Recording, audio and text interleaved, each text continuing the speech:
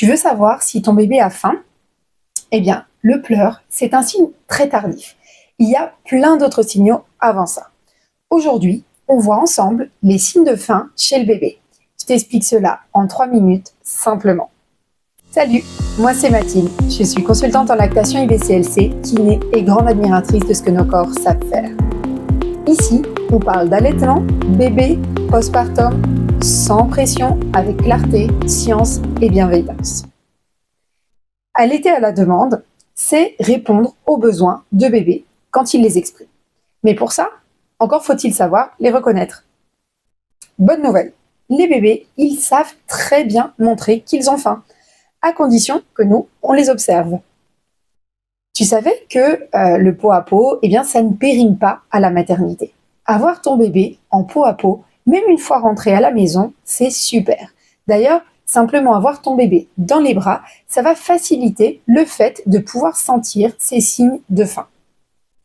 Comme on le disait juste avant de pleurer, bébé, il te montre plein de signes précoces de faim qui sont faciles à repérer.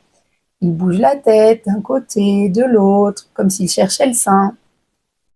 Il ouvre un œil, l'autre, les deux. Il commence à se réveiller.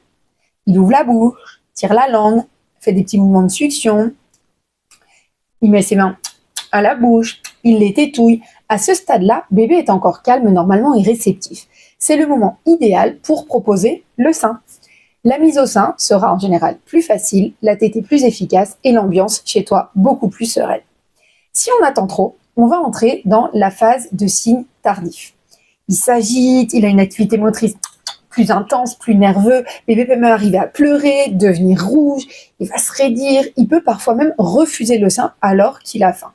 Là, parfois, il faudra le calmer d'abord, puis proposer à nouveau.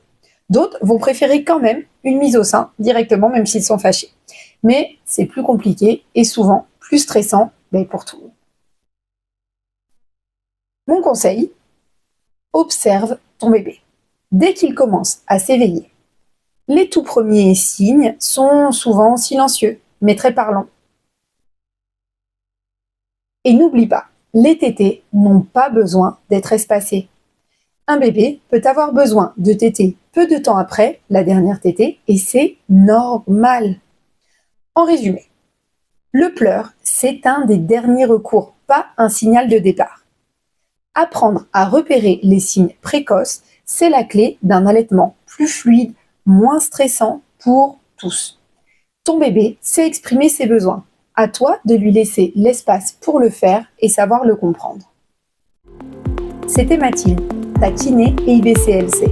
À tes côtés, des bébés pour ta grossesse, ton allaitement, ta maternité et bien au-delà.